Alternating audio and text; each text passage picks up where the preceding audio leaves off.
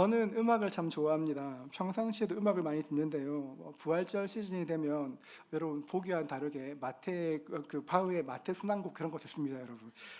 그런 걸 듣기도 하고 6월절 어린 양의 피로라는 찬양으로 유명한 마틴 이스트롬의 Come to the Table 같은 그런 앨범을 그냥 사순절기간 내내 틀어놓고 지냅니다. 그런데 이번에 고난주간과 부활절을 지나면서 가장 많이 들었던 곡은 제가 평상시에 많이 들었던 그런 음악들이 아니라 이찬혁 씨의 그 장래희망이라는 곡이었습니다. 장래희망이 아니라 꿈이 아니라 장래희망인데요. 가사를 한번 들어보십시오. 이렇습니다. 아는 얼굴 다 모였네. 여기 한 공간에 다 있는 게 신기해. 모르는 사람이 계속 우는데 누군지 기억이 안 나 미안해. 종종 상상했던 내 장례식엔 축하와 환호성 또 박수갈채가 있는 파티가 되었으면 했네. 왜냐하면 난 천국에 있기 때문에. 오자마자 내 몸집의 선업에 커다란 사자와 친구를 먹었네. 땅 위의 단어들로는 표현 못해. 사진을 못 보내는 게 아쉽네. 모두 여기서 다시 볼 거란 확신이 있네. 내 마음을 다 전하지 못한 게 아쉽네. 할렐루야, 꿈의 천국에 입성한 아들을 위해 할렐루야, 함께 일어나 춤을 추고 뛰며 찬양해. 제가 오늘 이걸 틀려다가 참았습니다. 이 노래는 천국에서 자기의 장례식을 바라보며 노래하는 것을 상상하며 노래하는 것입니다. 이찬혁 씨는 천국이 있기 때문에 죽음에 두렵지 않고 자신의 장례식이 파티가 되었으면 좋겠다고 이야기합니다. 여러분, 이 땅의 모든 것들은, 호흡 있는 모든 것들은 죽음을 두려워합니다. 그러나 예수님을 아는 사람은, 예수의 생명을 아는 사람은 죽음을 두려워하지 않습니다. 왜냐하면 죽음 다음 우리가 죽은 후에 어떤 일이 일어날 것인지를 너무 선명하게 알기 때문에 죽음을 두려워하지 않습니다. 예수님께서는 우리에게 영생에 대해서 말씀하셨지만 그 못지않게 죽음에 대해서도 굉장히 많이 말씀하셨습니다. 복음서를 살펴보면 예수님께서 어떻게 순환당하시고 어떻게 죽으실지 말씀하셨고 부활에 대해서도 계속 말씀하십니다. 그리고 예수님의 죽음과 부활이 왜 우리의 부활이 되는지도 말씀하십니다. 오늘 우리가 함께 읽은 요한복음 11장 말씀은 예수님의 죽음과 부활에 대해 특별히 그 의미에 대해서 깊이 묵상할 수 있는 말씀입니다. 이런 복음서마다 다 특징이 있습니다. 특별히 마가복음을 읽어보면 거의 모든 장마다 예수님께서 일으키신 기적들이 두세 개씩 기록되어 있습니다.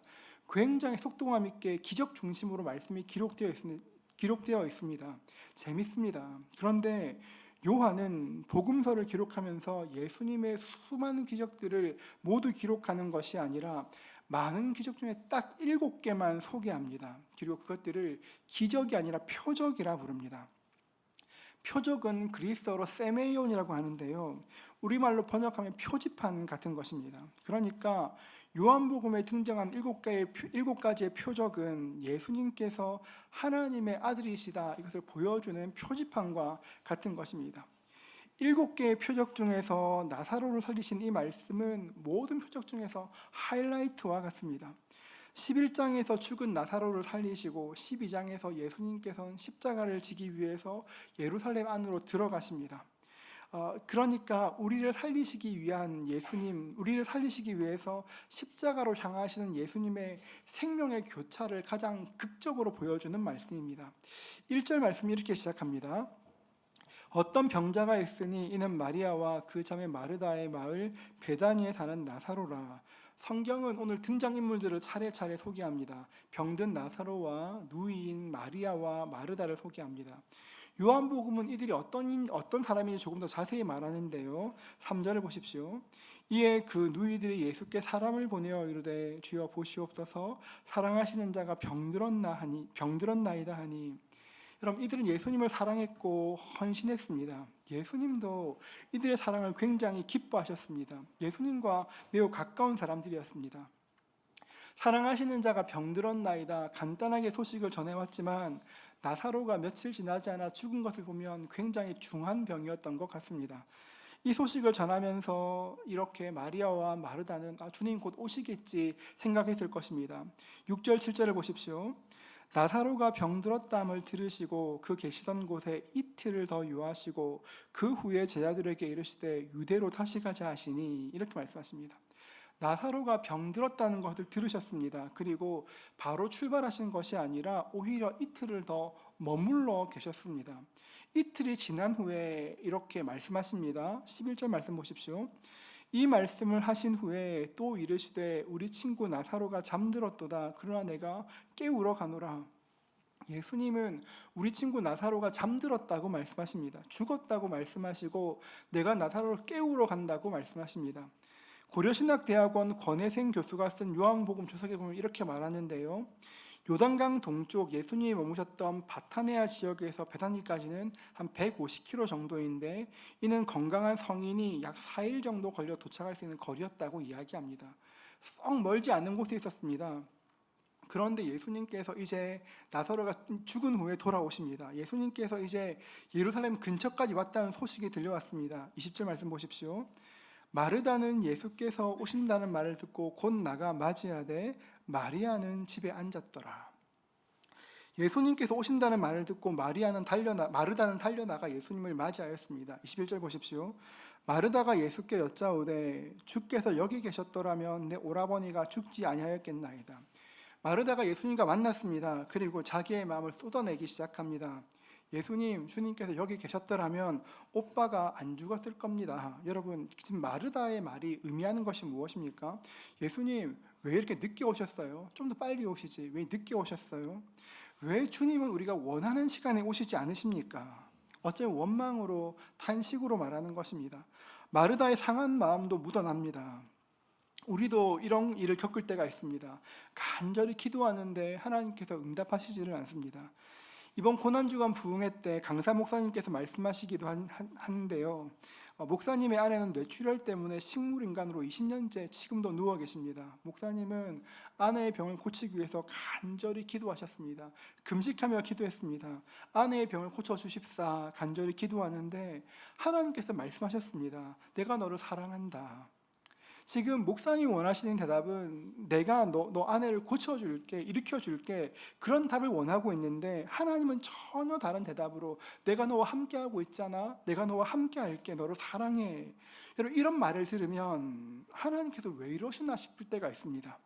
하나님께서는 전혀 다른 대답을 때로는 우리의 기도에 침묵하시는 것처럼 느껴질 때가 있습니다.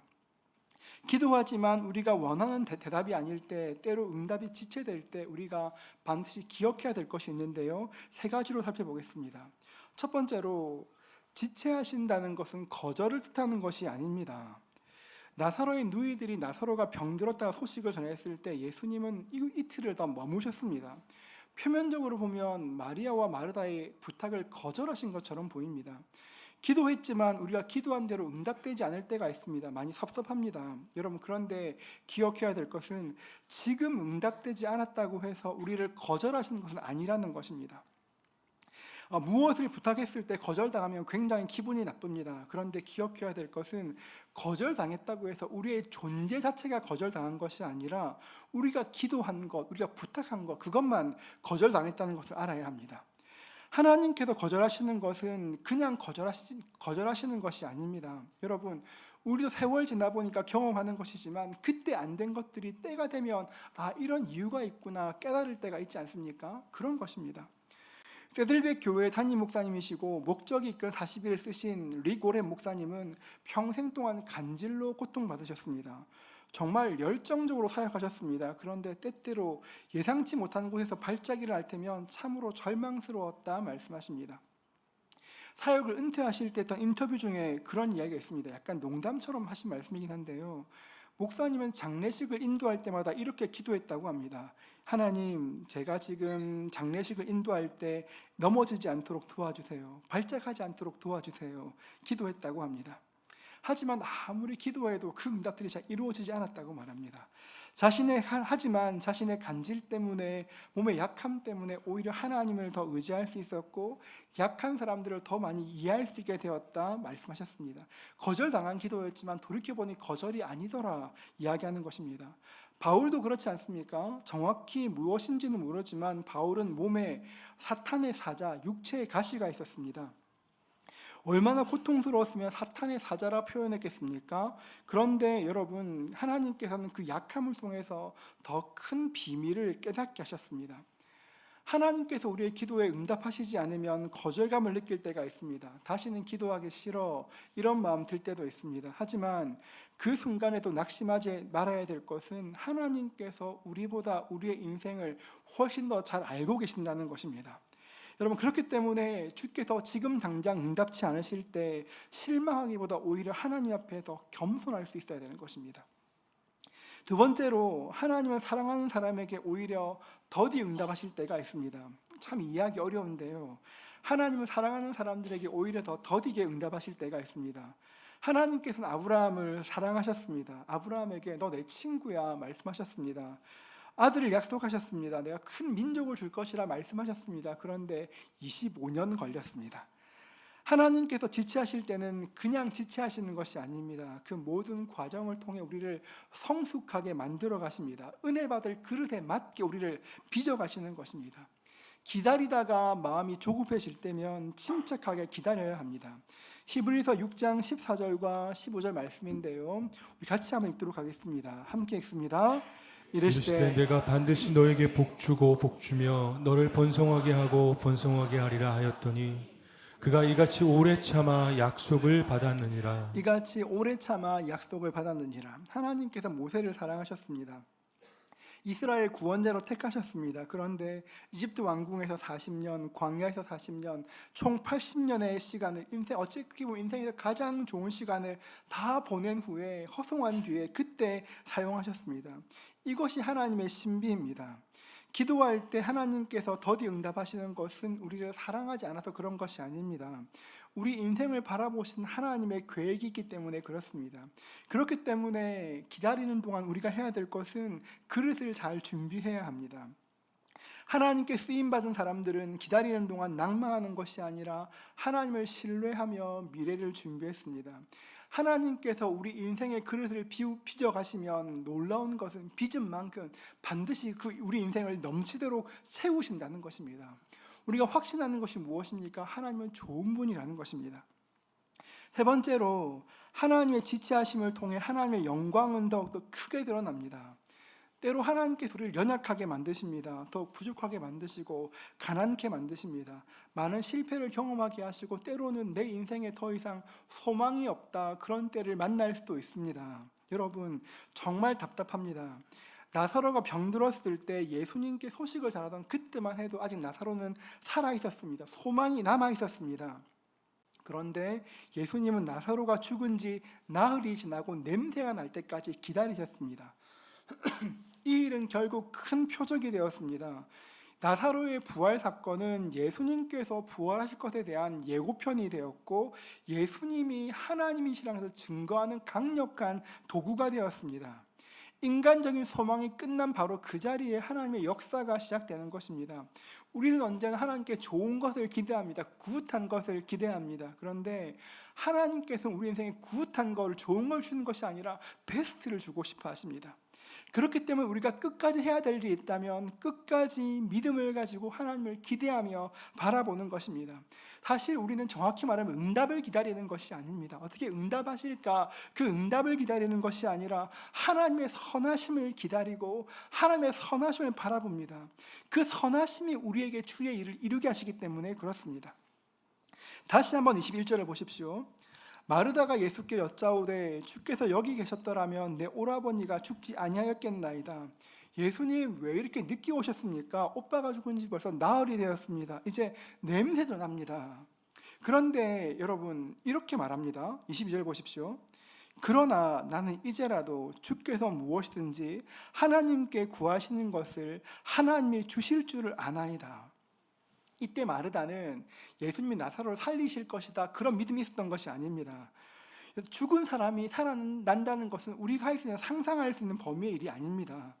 지금 마르다는 어쩌면 작은 믿음, 작은 위로, 지금 상황과 슬픔을 이길 수 있는 작은 위로를 기다렸을지도 모르겠습니다.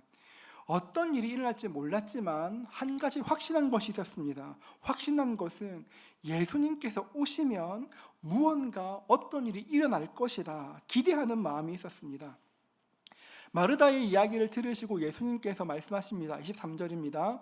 예수께서 이르시되 내 오라비가 다시 살아나리라. 주님 말씀하십니다. 내 오빠가 살아날 거야 말씀하십니다. 이 말씀을 들은 마리아는 바로 즉각 답합니다. 이 4절 보십시오. 마르다가 이르되 마지막 날 부활 때에는 다시 살아날 줄을 내가 아나이다. 예, 주님 압니다. 오빠 살아나겠죠. 마지막 날 부활의 날 그때 분명히 살아나겠지요.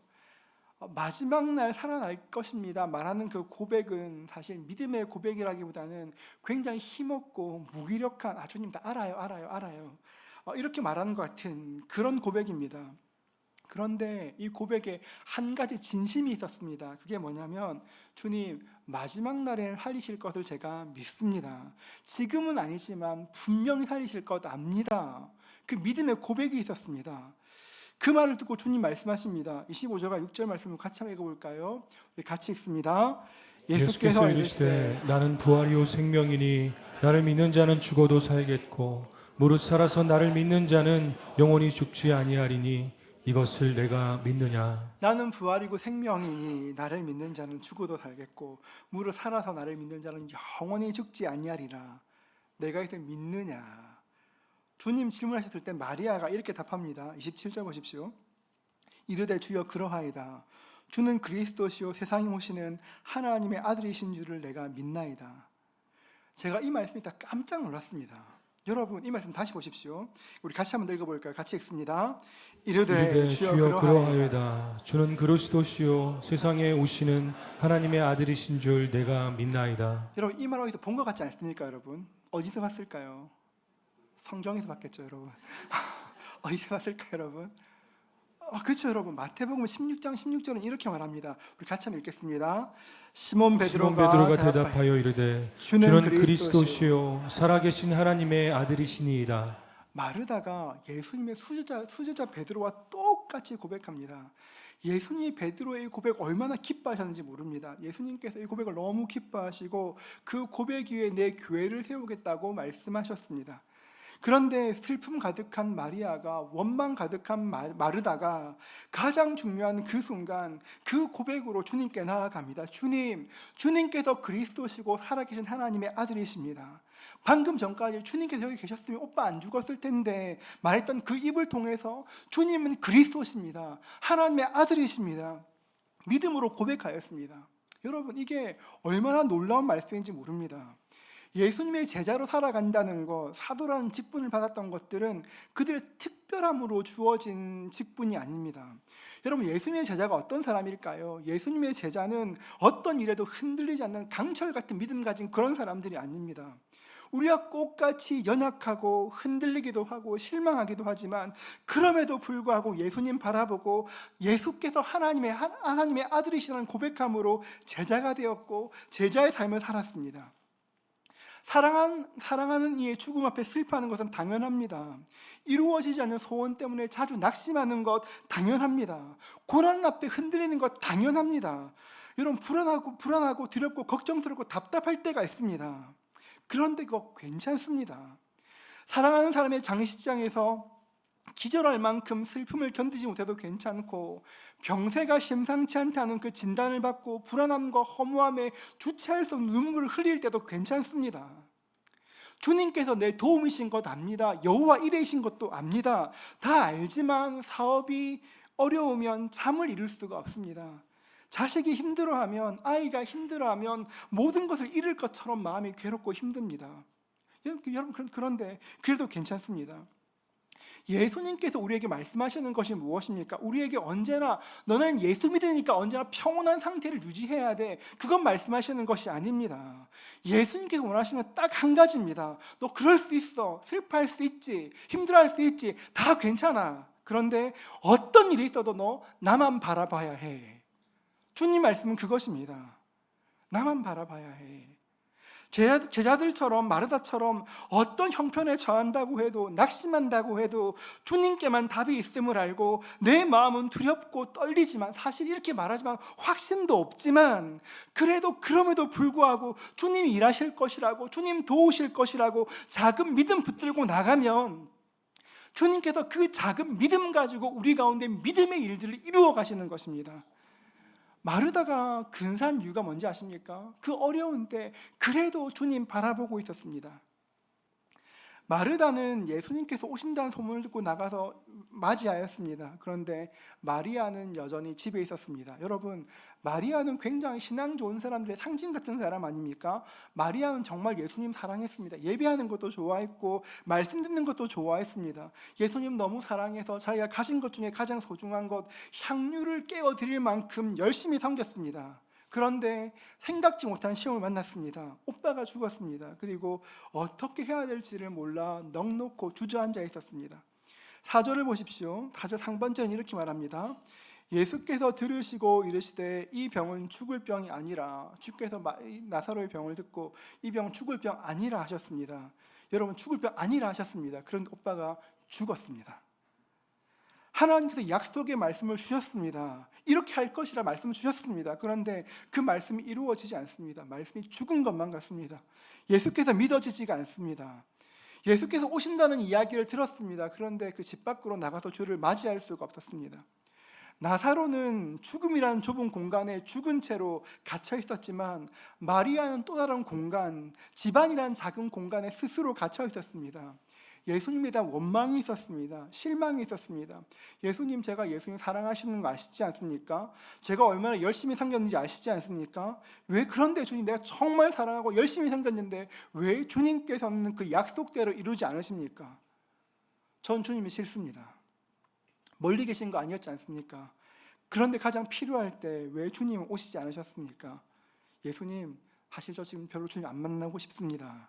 마리아가 그런 마음이었을 것입니다. 이때 마르다가 마리아를 찾아왔습니다. 28절 말씀 보십시오. 이 말을 하고 돌아가서 가만히 그 자매 마리아를 불러 말하되 선생님 오셔서 너를 부르신다 하니, 마리아는 예수를 믿지 않겠다가 떠나간 사람처럼 예수님을 외면했습니다. 그런데 예수님께서 마리아를 부르셨습니다. 찾으셨습니다. 마리아가 그 이야기를 듣고 급히 일어나 예수께 나아갔습니다. 30절 말씀 보십시오. 우리 같이 한번 읽어볼까요? 함께 읽습니다. 예수는 아직 마을로 들어오지 아니하시고 마르다가 맞이했던 곳에 그대로 계시더라. 여러분, 이 말씀에 마리아를 향한 예수님의 마음이 그대로 드러나 있습니다. 30절 한번 더 보십시오. 예수는 아직 마을로 들어오지 아니하시고 마르다가 맞이했던 곳에 그대로 계시더라.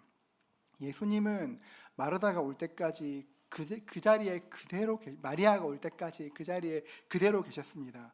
여러분, 왜 이 말씀이 마리아를 향한 예수님의 마음이라 이야기할까요? 43절과 대조하면 굉장히 선명히 볼 수 있습니다. 43절 말씀 보십시오. 이 말씀을 하시고 큰 소리로 나사로야 나오라 부르시니, 예수님께서 나사로의 무덤에 가셔서 나사로를 부르셨습니다. 나사로야 나오라 말씀하신 후에 주님은 나사로가 나올 때까지 그 자리에서 그대로 기다리셨습니다. 이 말씀을 약간 의역하면 이렇게 읽을 수 있습니다. 43절 이렇게 읽을 수 있는데요. 보십시오. 이 말씀을 하시고 큰 소리로 나사로야 나오라 부르시니 부르셨던 곳에 그대로 계시더라. 나사로를 부르신 것과 마리아를 부르신 부름이 꼭 같습니다. 예수님께서 무덤 속에 있던 나사로를 부르신 것처럼 마리아를 부르셨습니다. 마리아는 예수님께 실망했습니다. 그래서 예수님을 외면했습니다. 그런 마리아를 예수님께서 부르십니다. 마리아야, 이제 그만 실망의 방에서 나와. 그 불신의 방에서 나오렴. 그 낙심의 방에서 좀 일어나렴. 예수님은 죽은 오빠 때문에 상처받은 마리아가 스스로 만든 실망의 무덤에서 벌떡 일어나 나오기를 기다리셨습니다. 절망의 자리, 낙심의 자리, 고립의 자리에서 벌떡 일어날 수 있기를 원하셨습니다. 사실 마리아의 마음에는 원망이 가득했습니다. 32절 보십시오. 마리아가 예수 계신 곳에 가서 배웠고 그 발 앞에 엎드려 이르되 주께서 여기 계셨더라면 내 오라버니가 죽지 아니하였겠나이다 하더라. 마리아의 마음에 원망이 가득했습니다. 너무너무 원망이 가득했습니다. 그런데 예수님께서 이런 마리아 보시고 마리아야, 너 왜 이렇게 믿음 없니? 말씀하지 않으셨습니다. 너 왜 이러니? 말씀하지 않으셨습니다. 오히려 예수님은 마리아와 함께 울어주셨습니다. 사실 마리아는 마르다처럼 예수님을 바라보지 못했습니다. 여전히 예수님이 원망스럽고 슬펐습니다. 그런데 예수님은 눈물 흘리는 마리아와 함께 울어주셨습니다. 마리아의 그 무너진 마음을 잘 아셨습니다.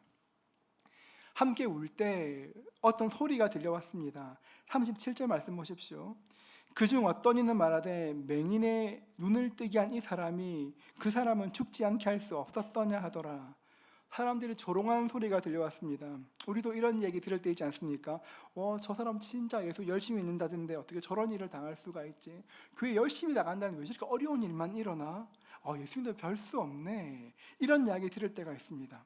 하나님께서 내 기도를 듣지 않으시는 것만으로도 충분히 힘든데 이런 이야기를 들으면 정말 너무너무 힘듭니다. 그런데 여러분, 성경을 보시면 요한계시록 8장 3절과 4절은 이렇게 말합니다. 또 다른 천사가 와서 제단 곁에 서서 금향로를 가지고 많은 향을 받았으니 이는 모든 성도의 기도와 합하여 보좌 앞 금제단에 드리고자 함이라. 향연이 성도의 기도와 함께 천사의 손으로부터 하나님 앞으로 올라가는지라. 여러분, 이 말씀은 최후의 심판이 있기 전에 있을 일을 말씀하시는 것입니다. 천사가 와서 금향로를 가지고 많은 향을 받았다고 이야기합니다. 여기서 말하는 향은, 많은 향은 요한계시록 6장 10절에 나오는 고난당하고 죽임당하고 핍박당한 성도들의 기도를 뜻하는 것입니다. 한번 들어보십시오. 큰 소리로 불러 이르되 거룩하고 참되신 대주제여, 땅에 거하는 자들을 심판하여 우리 피를 갚아주지 아니하시기를 어느 때까지 하시려 하나이까 하니. 억울하게 고난당하고 사람들에게 비난당한 성도들의 아픔과 부르짖음입니다. 이들의 기도가 금향로에 담겨 하나님과 함께 기도와 함께 하나님 손에 올라갑니다. 그때 어떤 일이 생길까요? 요한계시록 8장 5절은 이렇게 말합니다. 천사가 향로를 가지고 제단에 불을 담아다 땅에 쏟음에 우레와 음성과 번개와 지진이 나더라. 그 향로를 가지고 제단에 불을 땅에 쏘았을 때 우레와 음성과 번개와 지진이 있었습니다. 그 아픔이, 그 원통함이, 그 속상함이 얼마나 크기에 우레와 지진 같았겠습니까? 이것이 다시 우리 성도들이 경험한 삶의 자리입니다.